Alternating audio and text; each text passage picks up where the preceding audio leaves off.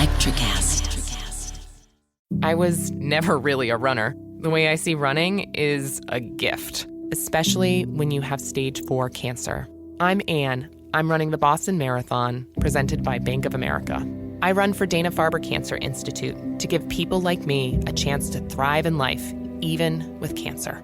Join Bank of America in helping Anne's cause. Give if you can at BofA.com/supportAnne. What would you like the power to do? References to charitable organizations is not an endorsement by Bank of America Corporation. Copyright 2025. The kids are still at practice, and I have no idea what's for dinner. You can get a rotisserie chicken and 2 sides for just $15 in as fast as an hour with Walmart Express Delivery. Who said that? Who's in my house? Don't play with me, because I'm not the one.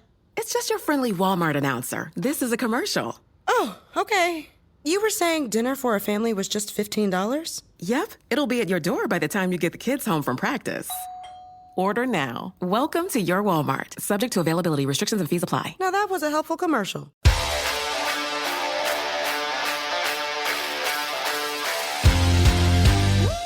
Welcome into Missing the Point. I am your host for this wondrous occasion. I am DK Sizzle. I forgot there for a second. I'm here with, I'd say, what we would consider the OG basketball crew here on MTP, although all folks are welcome. All of the 6 are welcome to come talk about basketball, but the 3 of us do, I think, get a lot of enjoyment out of it. I'm here with the real BK Bob Kelly and Hollywood Rayshawn Buchanan. Was the last time we were all together was the funeral of the last year's Celtics, right? Haven't seen you guys since the funeral. Yeah.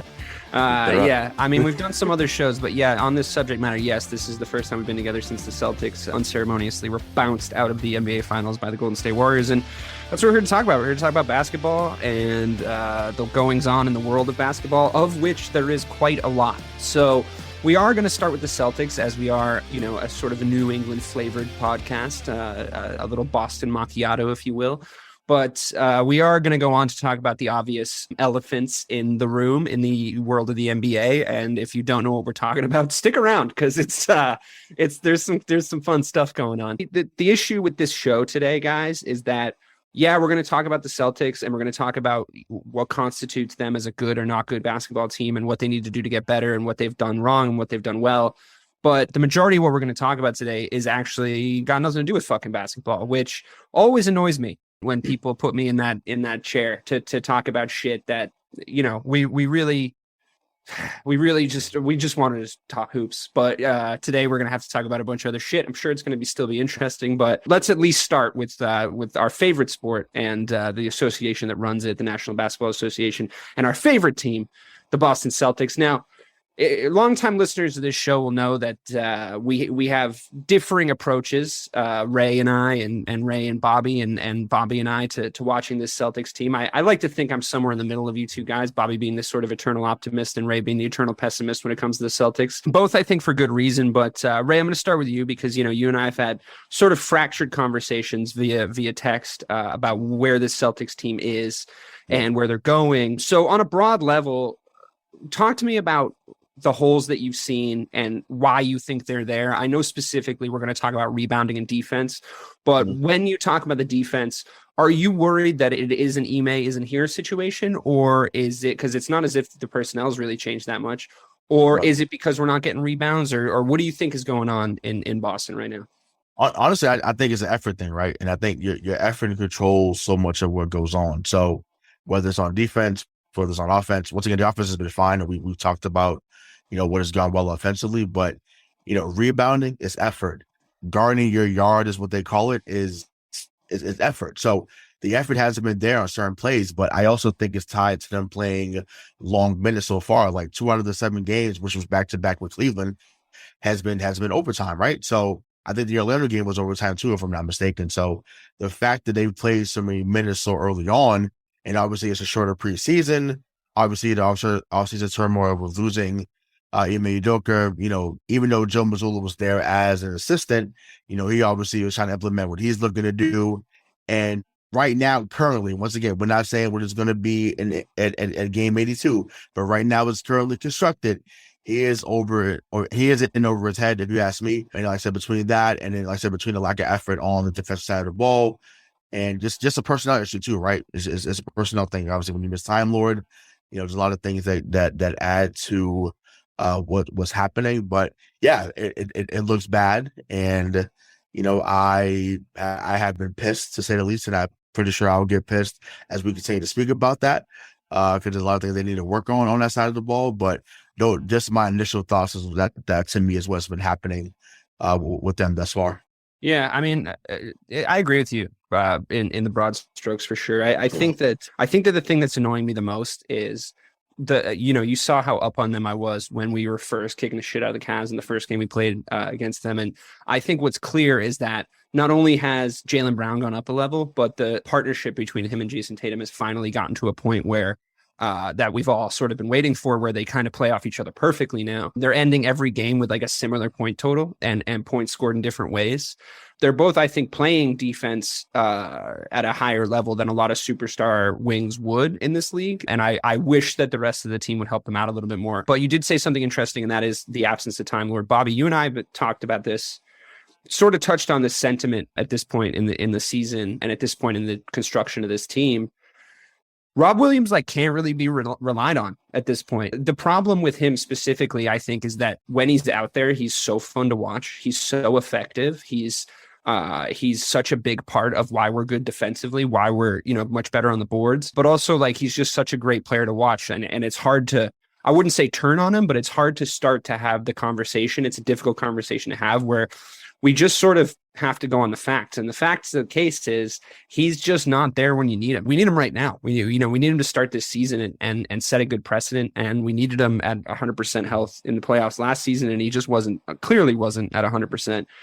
What do you think? Do we need to go get somebody as good as him? Is he tradable at this point? Or do we just kind of have to roll the dice and base our championship hopes on Rob Williams' knee?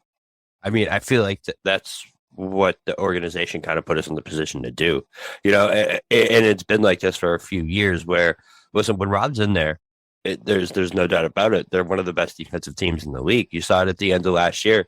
He was really the pivotal part of what made us that top defense.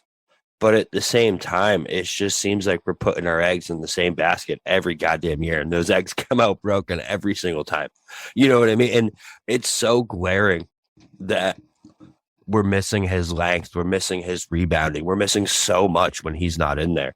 And it's just kind of crazy to me that they still haven't done something to back that up. What about Blake Griffin's barely even seen the court so far this year? Yeah, that guy's warming a seat on the kid bus. I don't know. I just don't understand why we can't get an impact big in here, man. I don't understand it. I'm not ready to get all over them right now because there's a lot of weird stuff happening in the NBA. Like the Sixers aren't playing great, the Warriors aren't playing great.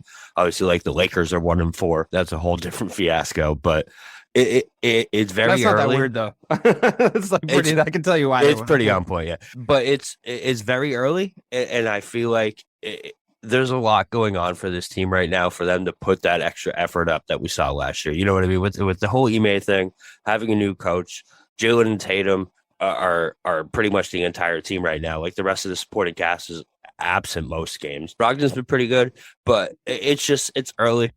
We're 4-3 now. 4-3.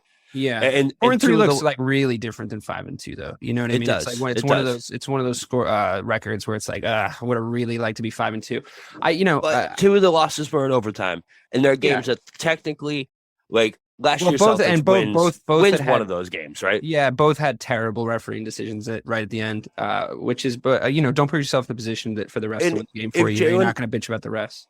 Jaylen knocks that shot down. What? I'd say 50-50. I didn't love the play. I didn't love the play, to be honest. I didn't either. But I mean, regardless, as a theme, and Ray, I'll come back to you on this one. We played the best basketball, I think you would agree, of the playoffs when we were playing two bigs, and those two bigs were Rob and Al. And I think that we had some guys come in that could sort of play a similar, if not the same style as those two guys that made us run a really tall, really athletic, and really fast-paced offensive and defensive basketball. We still play our best basketball with two bigs, except we've got one on the entire roster. So I guess same question back to you. How do you feel about this whole Rob Williams thing? Are we going to be able to survive based on if he's healthy or not, or do we really need to make a move? And if we do need to make a move, is it to get an impact big, or do you have something else in mind? Well, I mean, you and I spoke about this at length, DK. I know, we know Bobby's all for the guards, but at this moment, guards is not the problem on the team. Even though people were hot with Marcus Smart last night after that bullshit shot in overtime, but that's another. Well, he likes to take bullshit shots. You just have right. Exactly. Yeah. We can just we could touch on that in a moment, but yeah, my stance has not wavered. It has to happen now. Like, we cannot wait until Christmas Day against Milwaukee to say, you know what, for the new year, guys, we got you. We're gonna get a player. Now, for those that are looking to get Victor Wembanyama out of France, their teams may be unloading on talent because we don't have enough resources to get to the point where we have to draft him. We'd have to change. We'd have to start. No, I'm not saying no. We're not saying to get him, but I'm saying teams where they say, you know what, we don't need a certain player. You can have him, for like a second rounder or whatever, and go from there. Now, I know I've talked about Dwight Howard. I've talked about, we were talking about Melo in the offseason, coming here, but another guy that I thought about, and Bobby may appreciate this more than you, DK, because we know, our running joke on this show was that, you're not a fan of Toronto, but there's a guy up there in Toronto, and I'm not talking about Chris Boucher because they're not going to trade him, but another guy they signed to actually play in Orlando last few seasons is Kem Birch. Kem Birch, someone that can shoot the three, it's not going to get you 10 rebounds a night, but can it be those 5 rebounds a night that went to the other team that led to points in the paint? Absolutely. And, he's another 6'9", 6'10" guy. I think he is someone that can be that fourth big. And I'm sorry, I understand those that love him. I met him behind the scenes. I like Luke Cornett too. I do. He's a really nice guy. He's not the answer, though. Not the fucking answer. He's not. He's not. And I'm just like, I murder cornet, bro. You don't like the murder cornet? No, I like the nickname was great. But the nickname is better than your play, bro. It's a problem. It's a problem. Yeah. Same thing with the Dancing Bear with Gershon Yabusele. The fact that the Dancing Bear does it again. Does what? Like, he was looking like me on the bench, chilling. Like I was at the YMCA. It's out of control. So I just think you gotta call Masai Ujiri. I'd call Minnesota as well. I've talked about this on our group chat. Naz Reid would be perfect. Boy, he would be Rob. He's Rob Light. He would be perfect here, but he can shoot. The Rob can't shoot. Right. Naz Reid can shoot. So that to me, it'd be great if we could put something together for Miles Turner. I mean, I know we've been talking about this for 3 seasons. Yeah, but I mean that's a pipe. He's going to LA at some point. The fact, and he. Why would he want to? Why would he want to? I think he's leaving when at the end of his contract, right? I don't know what his contract is, but I would imagine that at the end of his contract, he's going to go to a big market team. Sure, but the reason why I think he was looking to go there, at the end of the day, we're all human, right?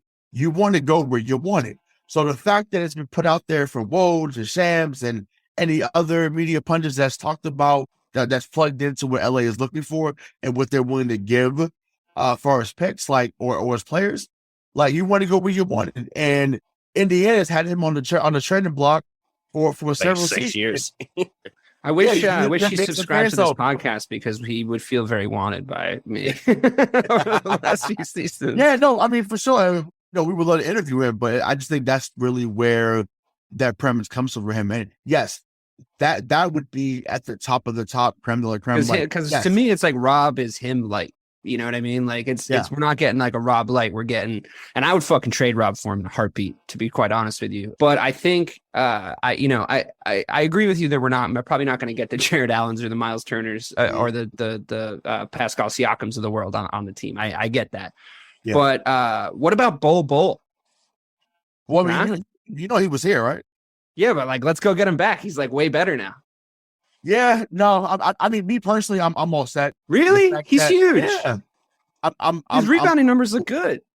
Sure, but I'm that's a lot of people look. The numbers are inflated down there in Orlando. Like I'm not basing it off what I've seen down there with him. Something in the air. 11-7 this year. He's 11-7. I still, I mean, granted, maybe, I mean, I had a chance to meet him too. Like he's cool peoples, but nah, I'm good. I love Ray Sean's name drops. He's like, yeah, I met him. He's pretty good. No, I mean, you guys know I work there, but I mean, I don't think that whatever you see happening down there, because he's getting the opportunities down there, we would not see up here. and then fans would immediately get annoyed and say, "Oh, he's a But bust." we would see it though. He would get the minutes. Also, So- have you heard that he is in fact so nice they named him twice? All right, fine. Maybe not Bull, but I think we gotta fucking go get somebody, or we gotta get Rob some robot legs. That's like the alternative. But I think this does sort of shine a light. Yeah, it does sort of shine a light on a larger theme at play here, and a thing I think I've only really worried about in the last few minutes before settling down for a long winter's nap deep in the darkness in my room. I've only really worried about this. I haven't quite said it out loud, and it's that. But you did pretty abruptly at the start, Ray, and it's that Joe Mazzulla does look a little in over his head. I think that the thing that's worrying me is that Ime had specific things that he had to correct about this basketball team, and he corrected those things. And it's those things that are creeping back into the team now. And it's I mean, there's a list, there's a plethora of things you can sort of rattle off, but tenacious defending, when to defend, defending a lead, which he didn't even really get us all the way there. Right. But he definitely got us a lot better at blowing leads. There's also this other insidious thing where, yes, we've gone to 2 overtimes. Yes, the Cavs are a good team and probably a better team than a lot of people. Not us. We were actually saying they were going to be pretty good, but probably better than a lot of people were giving them credit for. But I don't love our 2 overtime performances. I don't love the fact that, and again, it's early, like Bobby said, I don't want to overreact, but I don't love the fact that we were just gritting it out in multiple playoff series against some of the best teams in the NBA. The mental exhaustion that I went through watching the Bucks series and Giannis just fucking getting whatever he wanted up until he finally had enough arrows in him to fall down. The fact that we're going to overtime with the Cavs, like that should be our bread and butter, whether we're there or we're here. At their house or our house, that should be our bread and butter. It's like, okay, we have the reserves. We've trained for this. We have the reserves to go and win this game if we want. And the decision-making and the energy levels and God, the rebounding in overtime has just looked so fucking pitiful that it worries me that Joe Mazzulla, I'm sure he's a nice guy and I'm sure he's a good coach, but he's very young. And he's not that much older than a lot of these players. Like, I wonder what him and Al Horford's age difference is, because he's 34, right? How old is Al? Like 32? Yeah, I was 36. 36. So fucking Al Horford's older than our head coach, right? So, at this point, we're looking at a situation where we can't afford to slide like we did at the start of last season. So, right, if you're Brad Stevens, what do you do? I mean, it's going to lead us into the larger Ime conversation, but I do want to touch on Bobby, Joe Mazzulla first. Do you agree with me that he looks this way? I don't love how Grant Williams talks to him. It belies a little bit less respect than I think he should have for the fucking coach. Like a couple of times I was like, Grant, dude, shut the fuck up. Like, what are you doing? That's really what it boils down to, I think, is the respect factor, man. When you looked at Ime, they had his back and he had theirs, and like there was such a mutual level of respect between him as a coach and them as players, and like they responded to him unlike they've responded to anyone else. You know what I mean? And that's what it boils down to. And I don't think Joe's there. And I mean, as much as we love Tatum and Brown, they have those bad habits, and I don't think those bad habits were really like done away with. They were just kind of put in the back pocket. You know what I mean? And you do see them creep up at the ends of these games. And the rebounding portion of it, man, is the most frustrating part, because it's just been the issue the entire time. And it's like, you can make as many defensive stops as you want, but if you don't get the rebound, it doesn't fucking matter. And you can play the best defense, that you've ever seen. If they get a second chance, like what do you want them to do? Right, exactly. And what was, I think the Cavs in overtime was like, it was like 8-2 second chance, and it's like you can't have that, because if not in a close game, it's such a turn of momentum. Yeah. When you're up by 2, you make a defensive stop, they get the rebound, dish it out for 3, and all of a sudden they're up 1. When you could have been going down the other. Yeah, we give them better. We give them better looks on a lot of those second chance points. It's so fucking frustrating to watch. It's crazy. I mean, it's also there's a fact that we all sort of have to accept on that rebounding point. We'll get back to Mazzulla in a second, but on the rebounding point was the fact we sort of had to accept. Al Horford surprised everybody with his abilities at 36 last season, because he got a year off. And he did not get that last year. He played his ass off all the way in almost all the games he possibly could have played in a season, and went all the way to the 6th game of the NBA Finals. We can't do this to his legs if we want him to be of any use to us in the playoffs. And like his rebounding even has gone down, I think, a little bit since last season. That might be tiredness, or it might just be it's gone forever. I have a question for you. So you remember what we loved about eBay at the end of the season, where it was like, the Celtics going to be playing like shit. And Ime would call him over to the side and go, "What the fuck are you guys doing? Cut the fucking bullshit." Do you think Joe has that in him right now? I don't know enough about the guy, to be honest with you, but I don't see that personality in him. And I don't think that's the kind of coach that he is. And, we talked a lot about Steve Nash in the group chat, like the kind of coach that Steve Nash is, very obviously led by example as a player, wasn't like a super vocal coach, didn't fucking curse anybody out, didn't like reel anybody in. I'm not sure who could, Ray, you and I sort of agreed that Mark Jackson probably should have gotten that job in the first place, or like, we had a list of people that probably were a little bit more deserving, but you can motherfuck Kevin Durant all you want. I just don't know if that's going to do anything either. Like, he seems to just hate every fucking coach that he has. This team actually has the Celtics. I mean, this team has actually had a coach that they respond to. We've seen, to your point, Bobby, we've seen how they respond, or what they respond to specifically with Ime. And Ray, I'm going to come on to this topic with you, because we've been sort of, pissing around the drain here with the Ime conversation. Essentially, the issue is, you sent me an article today. Essentially, it was Marcus Smart giving an interview about the Ime situation, and what I gleaned from it was that he is like, we don't really know what happened. I kind of expected him to stay and be the coach the next season, and I think the quote that stood out to me was, he said, if we went into the front office and we expressed this, they'd be like, "Yep, we hear you," but they wouldn't tell us anything else that happened. Now, there's two sides to this, right? There's the idea that Brad and Wyc and the entire Celtics, like upper echelons of the organization, have a piece of information that may or may not be very harmful to somebody if it came out, if it was confirmed. We don't have that information, and the players don't have that information. I don't love that Marcus gave that interview. It's just like not helpful from a PR standpoint, and it sings of a little bit of a leaky ship, which I don't love, and not a lot of cohesiveness. But it's a little strange that Ime is now going to coach another basketball team, because that coming out in the press, to me, that basketball team can't be so dysfunctional that they didn't do their homework and find out what exactly it was they were hiring. Are the Boston Celtics just some sort of paragon and bastion of morality that they took it too seriously, or they came down really harshly on something that the Nets don't deem as bad? Or are the Nets just like trying to create the most toxic fucking environment possible? Like, shed some light on this for me, because I'm confused about the situation, and I feel like more information would help. I guess unless it would really hurt the person involved. I would just love to know what the fuck is up. Yeah, and I think the players would too, which is why Marcus, said clearly the Brown said what he said too.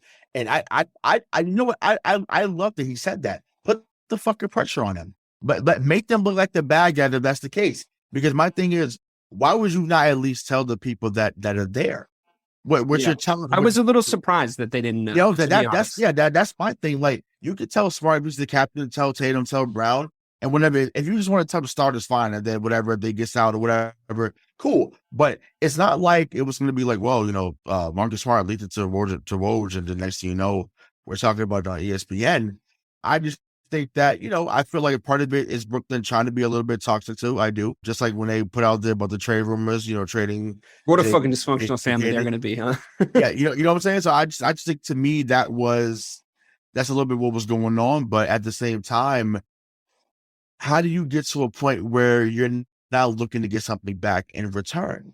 I mean, hell, we didn't love how we don't love how Doc Rivers left either. Yeah. It's a whole different story, obviously, a whole different scenario. But at least they got draft picks for Doc Rivers. Like, you're telling me you can't stand what he's done that much that he.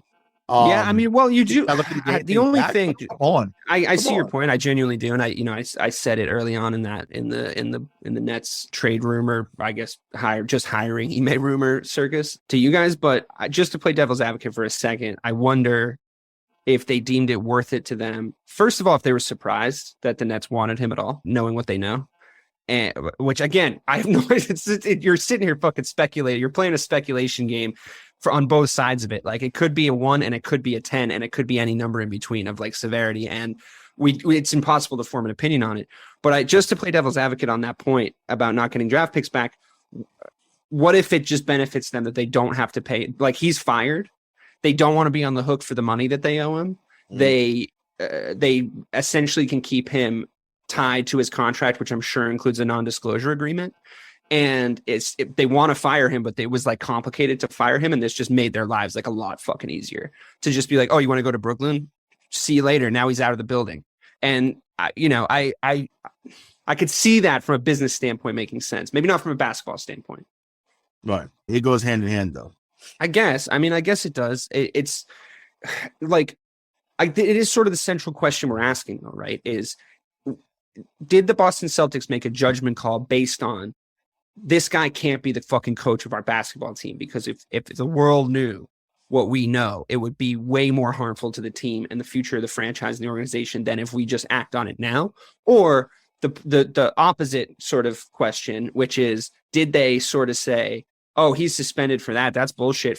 We work in a corporate American environment and we have to follow the rules and the guidelines that we've set out to protect our business interests. And I think that is sort of the question we're asking here, because I still really believe, and Bobby will come back to you, I still really believe that to do what they did, it had to have been pretty bad, right? Like the idea that he didn't do enough to deserve that suspension would or maybe that's why the fucking details haven't come out. Maybe the Celtics are like, fuck, like maybe we overreacted. So where do you now currently stand on the Ime thing? So what I always point back to is that Matt Barnes interview. And I know it's not great, not a good look. Right. And because what really jumped off the page to me with the Barnes thing is like Barnes was full in Ime's court 100% that first 24 hours. Like he posted on Twitter that he was being dragged down. I think he even brought race into the cards. Like he really went full force for Ime. And for him to have such a change of heart when he heard those details, and I'm guessing he heard them from someone who was privy to the situation, whether it be, from the coaching staff or from, the team internally. But it just really, that's when I was like, okay, something's different here. And honestly, like, I know this is like petty of me to even think this, but like, do you think the Celtics are like, okay, hire him, go ahead, hire him, see what happens? Yeah, I honestly think that might be.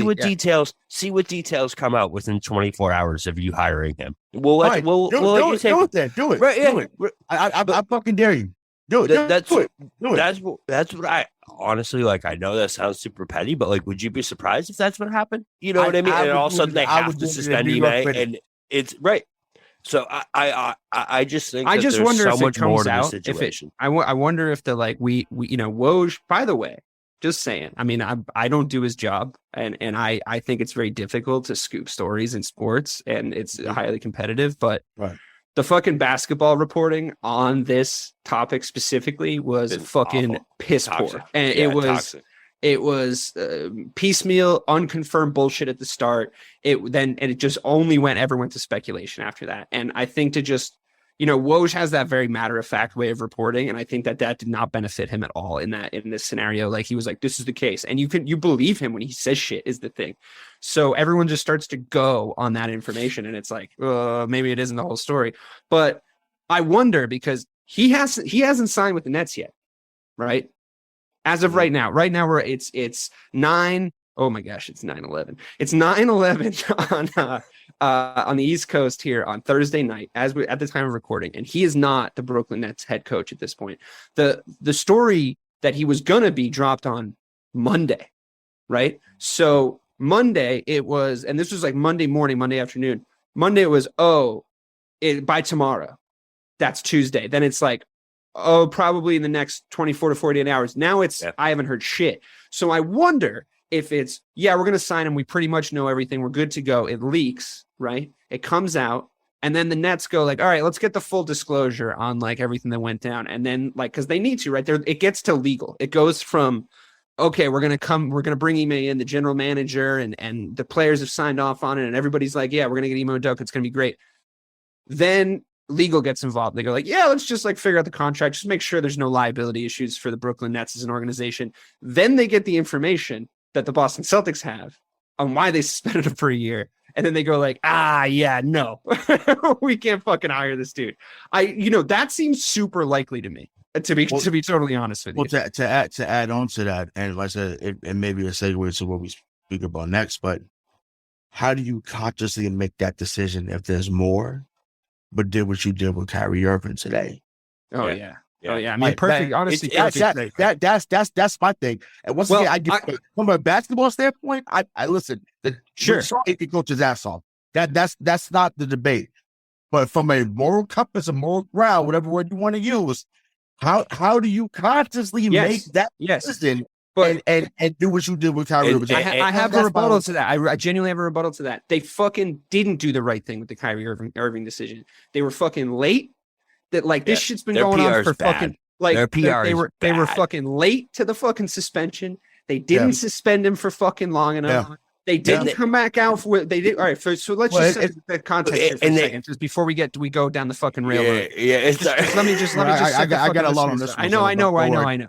Let me set the listeners up. Just let me do it for their benefit. Just I know there's three guys talking here, but just for their benefit, let's just do the timeline here. Kyrie Irving retweets two videos. One is a link to a documentary that has known anti-Semitic tropes and themes in it, which is on fucking Amazon Prime, by the way, which is fucking absurd. So if he was just bringing attention to the fact that like Amazon Prime is hosting that as a fucking as a platform, great. Thanks for letting us know. Gross. And that was one of his rebuttal points. Secondly, he retweeted some bullshit that psycho Alex Jones said, and he basically told a bunch of parents that their kids didn't actually get shot, so that guy can get fucked in hell for all eternity for all I care. So like, don't retweet his shit. But mainly it's the anti-Semitic fucking documentary link that we're talking about here. So he does that. And I'm going to refrain from sort of commenting on Kyrie Irving as a person as I set up the facts of the case here, but he does that for whatever reason. And then when he's asked about it, he's cryptic. He doesn't really give a real answer on whether or not he's essentially, are you anti-Semitic? I'm not going to answer that question. Not a fucking great look. Let me give you one more try. Are you anti-Semitic? Because the answer is no. Ray, if someone asks you if you were a god, you say yes. It's like, come on, man. Like, we're throwing you fucking softballs here. So, doubles down, super cryptic, et cetera, et cetera. The Nets have officially, as right before we sat down to record this podcast, the Nets officially suspended Kyrie Irving for 5 games without pay. With at least that's the key word. At least 5. Sure, correct. Exactly. Sorry, at least 5 games without pay. Depending on the PR backlash to that number set. And I don't know what without pay means genuinely. I don't think he's going to miss a meal, but sure, he's not getting paid his game checks. That's where we are.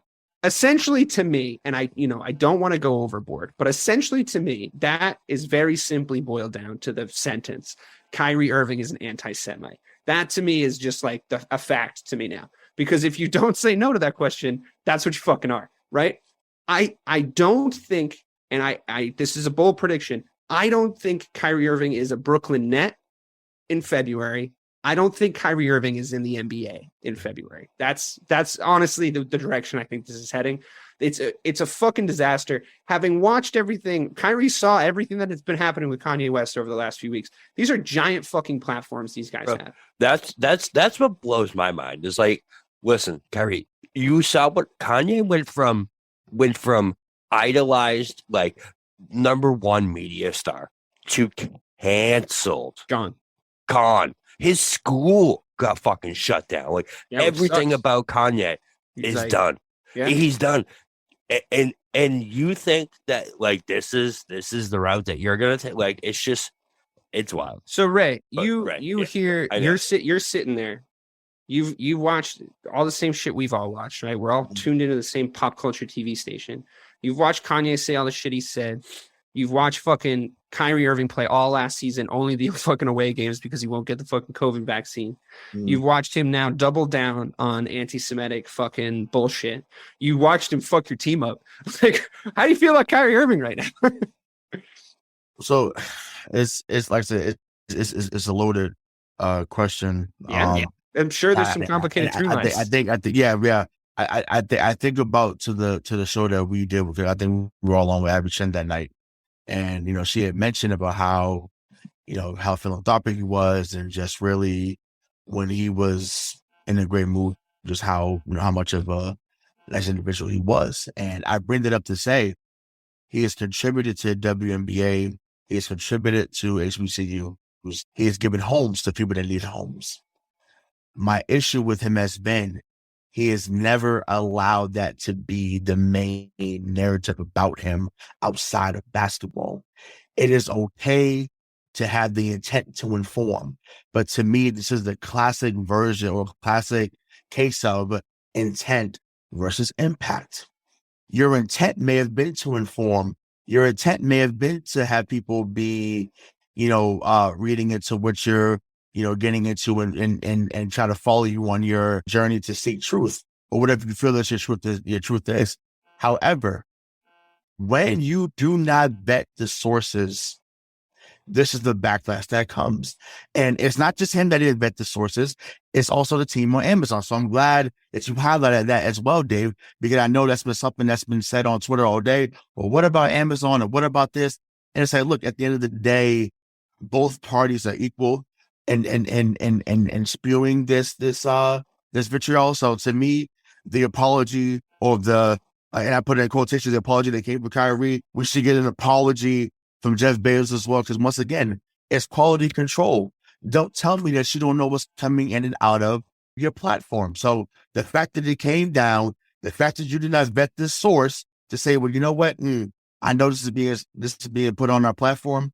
Let's check to see if this is actually something that should be allowed because of what it entails. So there's a lot of layers that fall under what happened there. But I go back, I say that to say, I believe that Kyrie should have read the room, and to your point, Bobby, he did. This is where, and this may sound jovial, but I know it's a serious conversation. I'm not here to mess up the bread. I am a capitalist. Y'all know we talked about money. We talked about other stuff. I am here to collect the money, and the stuff that I talked about at the beginning of this combo. He does that stuff. By you doing this stuff, you're messing up the resources that allow you to be the resource of the people. So I don't excuse me. I don't know where his mindset is. He clearly does not. He's clearly not thinking everything through the way that he should be. And shout out to Vincent Goodwill, who wrote a phenomenal article about it, who's an insider for Yahoo Sports for the NBA. He wrote a phenomenal thing about how he wants to be everything a leader is supposed to be, but doesn't want the accountability attached to it. He doesn't want to be held accountable. And shame on those that are on Twitter. He said, "Don't treat me like anybody else." Right, exactly. But shame on those on Twitter, regardless of your background, that did not want to hold him accountable. Like, it was only a link. It was only a link. How many dumb stuff have you posted for, or that you posted online that you just there look at? Yeah, but see, that's the crux of the issue.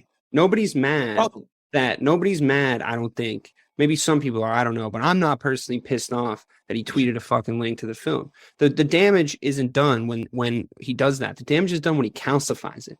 When he makes a series of tweets about it, essentially flippant and inflammatory statements, gives interviews with reporters who are fucking doing their job, by the way, but when they ask him these questions, like they would be not doing their fucking job if they didn't ask these questions. Gives a shitty, condescending fucking answer when he's first asked about it. Then he is playing some sort of fucking vaudevillian villain role in the follow-up scrum where he's saying, I'm just who I am, and given this, a lot of words with absolutely no fucking content behind them or any meaning behind them, and ask the question directly, are you an anti-Semite? And to say, I can't be, or how could I be if I know where I come from? Just say no, dude, because at the end of the day, across the world, whether you like it or not, fascist dialogue is on the rise. Fascist governments are on the rise. They just fucking elected one in Italy. It didn't go well last time. Okay. I mean, the boots were nice, but pretty much everything else was diabolical. All right. It almost just fucking happened in Brazil. Elon Musk takes over Twitter. That conversation's about to get entirely more fucking toxic than it's ever been. Trump's going to be back on the fucking on that platform saying all the shit he's saying. Kanye West has gone fucking insane and is propagating anti-Semitic language. There's an entire fucking cult out there that have been saying the word Hollywood instead of the word Jew for fucking, I don't know how many fucking years, but that's essentially what they mean. This shit is on the rise. You have to educate yourself as somebody with a fucking platform. You have to educate yourself with the facts. Don't insulate yourself with people that say yes to you constantly, because that is going to inflate your sense of fucking knowledge and ego. You need people there to check you and say, don't do that stupid thing before the world has to say it to you. Okay. And like, that's what's fucking happening now. Right. Everyone's fucking saying it to you, and you can play the fucking victim and you can dance around the facts. But the fact is, you are not plugged into what's truly happening in the world, and you're doing damage. Now, giving money to philanthropic causes, giving money to charities, this is, and building that's makes it worse. The fucking Donda Academy was doing good shit. Like, it was genuinely doing good shit in the communities that it's in. And now it's fucked because you selfishly, you gave it to them in the first place, but you fucking selfishly went and did this fucking stupid thing. So see you later. Kyrie Irving's fucking, I'm sure, got his fingers in a lot of the same pies, and the same damage is about to get done. And it's infuriating. And don't get me fucking started on the George Floyd comments. I'm not even gonna go down that route, but at least he walked those back, I know, but not very well. That really took me left. And I'm like I said, it was amazing to me that, he with a straight face really made those comments there. And once again, you're getting told stuff from Candace Owens. And once again, I won't say certain things about her. That rotten bitch. I want to make sure. There you go. You said it for me. Fucking hell. But, my God. It's so many things wrong with the information that these two are getting. And once again, I think about old Kanye records. I think about Everything I Am. I think about, college, records from College Dropout. Like, there was messages the Kanye thing is almost, it's more inflammatory, right? Because it's like, not only are you doing saying a bunch of horrible shit about a historically oppressed culture, you're also turning your back on a culture you helped build and like shitting on it, and like essentially saying that like the things that are really negatively impacting that culture, like, didn't happen or don't matter. It's like, dude, you were one of the architects of this shit. What the fuck? And it's like, Kyrie Irving, same thing, dude. You're fucking in basketball. Like you're a part of this fucking culture too. Don't say, don't treat me like any other man. Don't treat me like, don't treat me different than any other man, when you know full well that you are different than every other man. Obviously. Right. That's bananas. That's the biggest issue for sure. And once again, I like I said, there's so much more that may even come out from this, but I wanted to bring this up too. And like, sorry, bro, I know.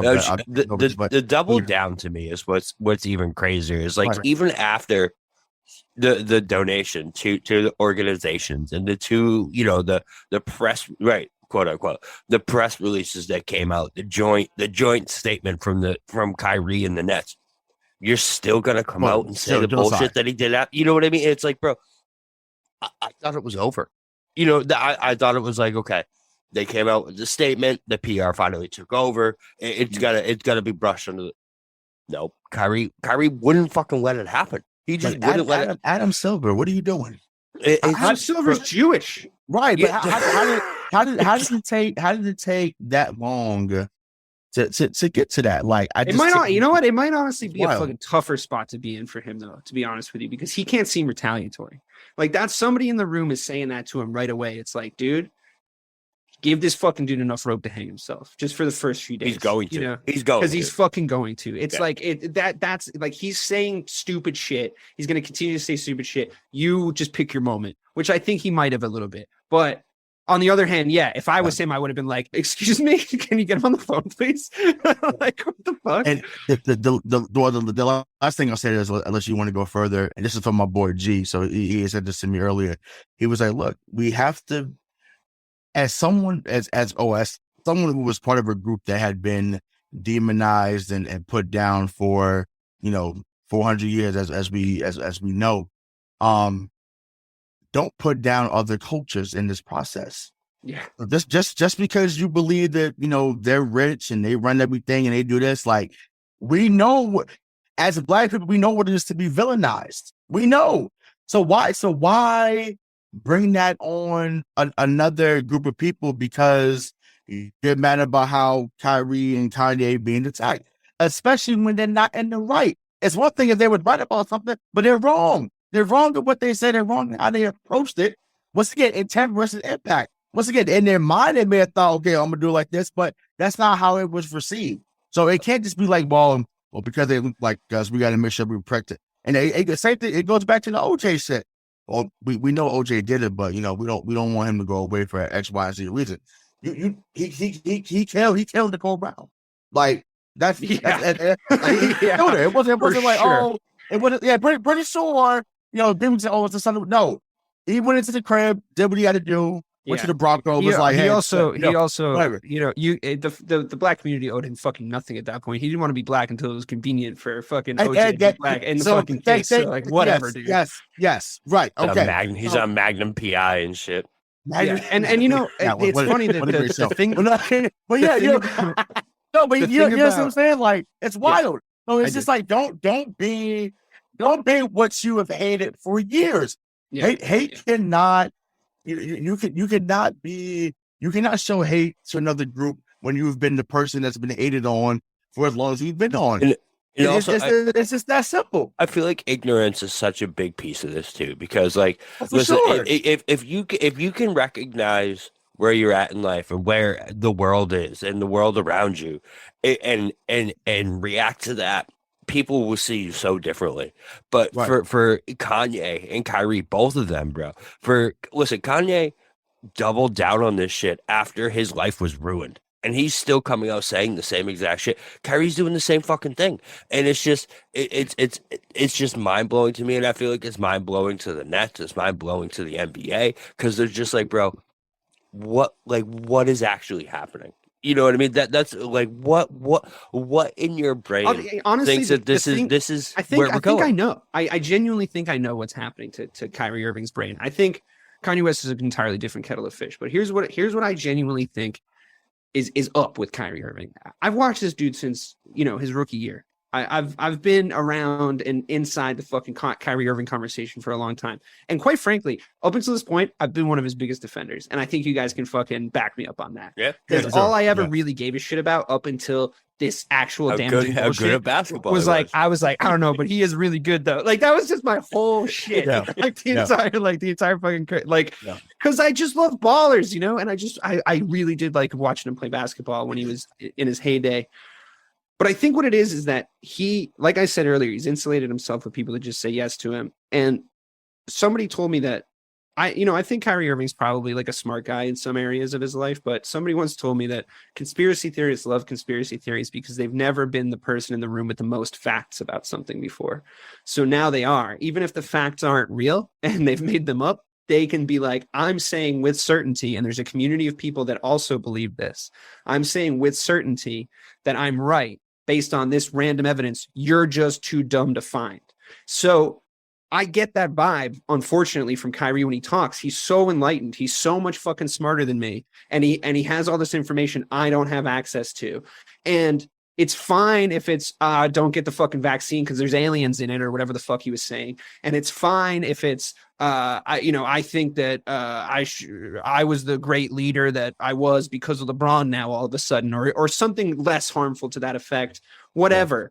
Yeah. Now it's I have this fact about the Jews where like who had that in their fucking bingo card? Like, it's like, where the fuck did this come from? Now you're doing actually harmful shit, Kyrie. Actually, genuinely harmful shit, and I just don't have time for it. No, but really what blows my mind is where did this all come from, bro? Like, it's a known thing that happens cyclically in our society.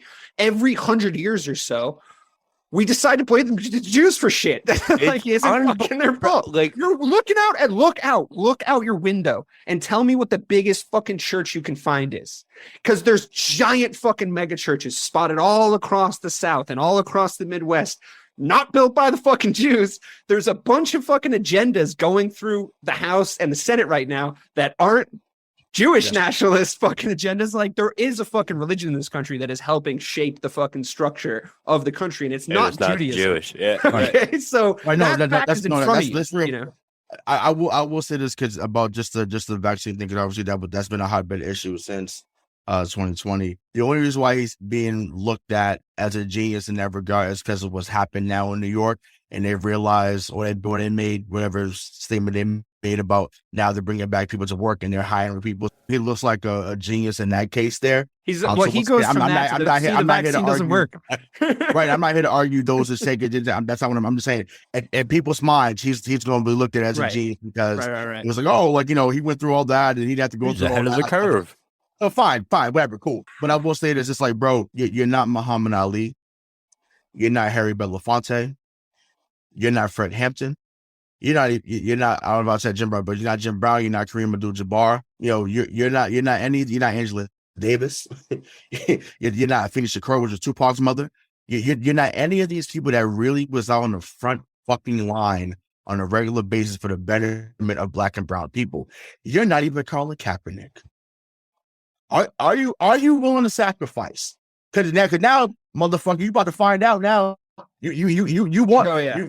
You fucked around long enough. Now you about to find out. Yeah. Now you about to find out. You about to find out how real it is. Myers Leonard found out. Remember, and someone brought this to my attention earlier. I forgot about the from Seinfeld, Kramer. Well, Michael, whatever his name is, but the guy that played Kramer. Oh yeah, Michael Richards. Sorry. Yeah. So when he when he said the N-word in that crowd loudly, loudly, right? But even right, real loud.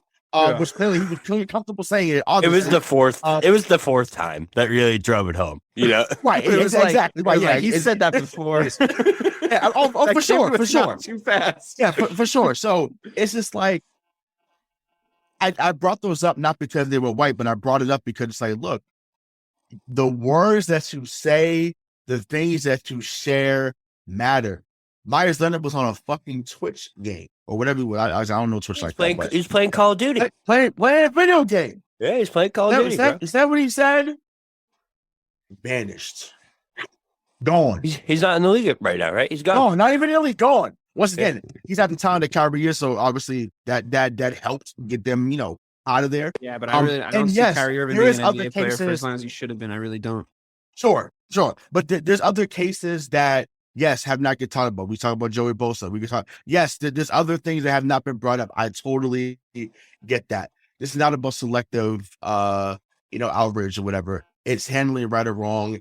And yes, because Kyrie is someone that people, find it easy to get on when he says certain things, but he fucking contributes to it. This is what happens. And yeah, once again, it's at least 5 games. Once again, I want him to still do the philanthropic stuff, but hey, if you can't get your head out your ass because you want to make these statements, and once again, the intent versus impact. Your intent may have been one thing, but the impact is far greater than you ever imagined, and it's not the positive impact that you envisioned when you originally shared this information, especially about the Duke. I don't even know who Alex Jones is, but when I heard you say what he said, like that to me. Once again, shit. Don't even concern yourself with him. He's just like but you have to understand that even a retweet, once again, in 2022, if you're retweeting or liking a tweet, that is seen as a fucking endorsement.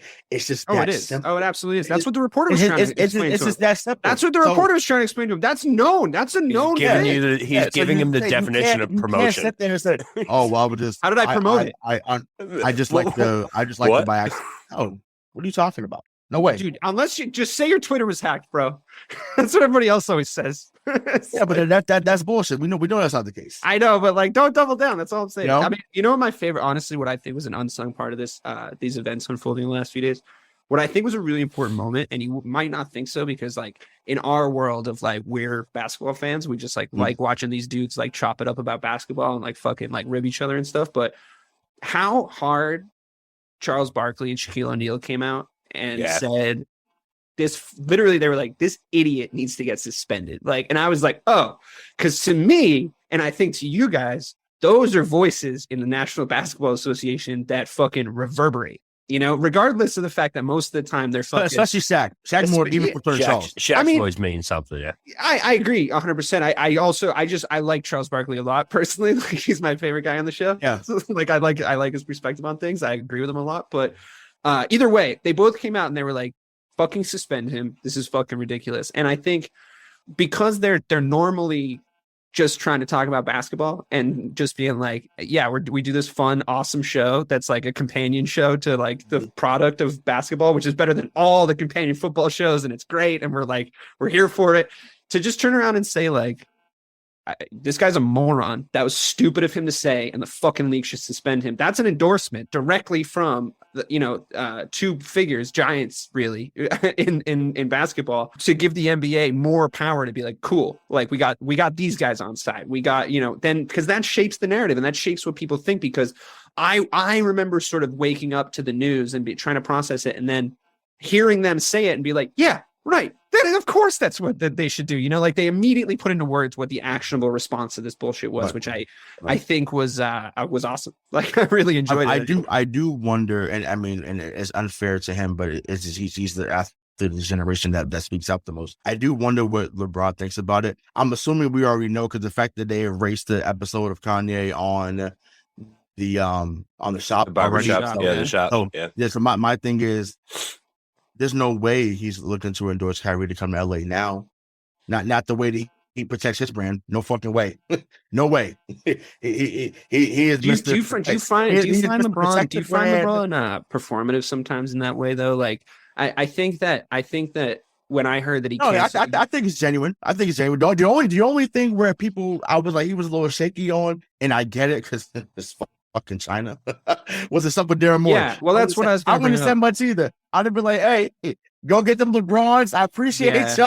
Yeah, I see you. I wouldn't have said much with LeBron, so I feel you. It's not as if he really put his money where his mouth is when that happened. But also, like to say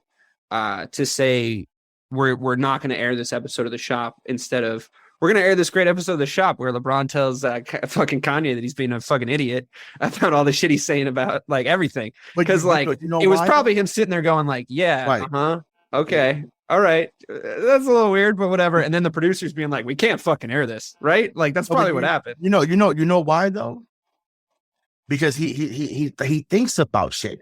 He's been a thinker from the moment they put him on stage at 18 years old against Sacramento, game 1.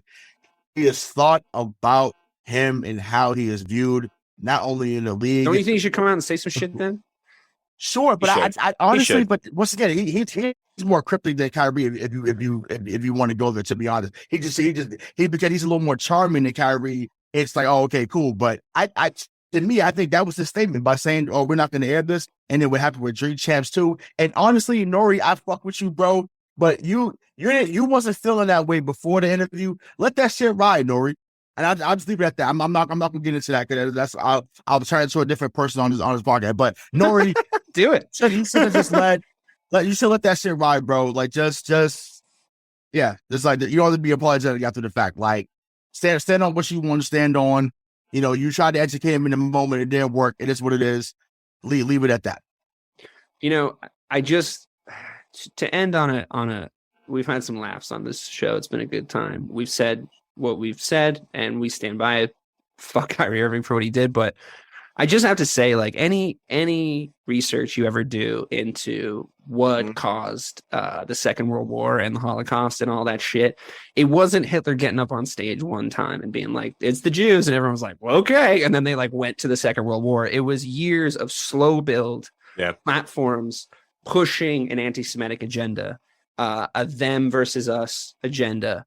And it was a lot of little things leading up to bigger, more horrific shit. That's how societies go in this direction. And you're as responsible for the consequences, no matter how big or little of a piece you are in contributing to us getting to those consequences.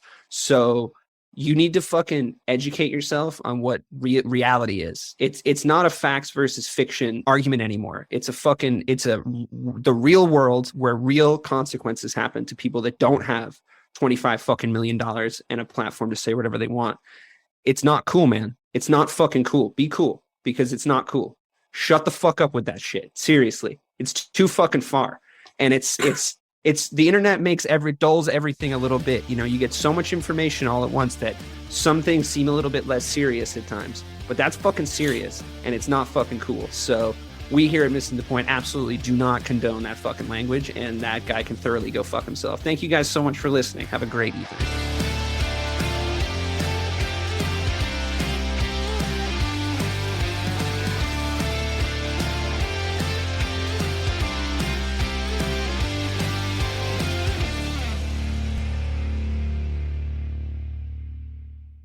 Hi, I'm Sherilyn Fenn from Twin Peaks. What did you do on your last Saturday night? Did you hear something? Toilet paper. There's nada. The reserves have gone dry. People are hoarding it. I should have done that. They're all out of hand sanitizer at my Target. Mark, when did you last watch the news?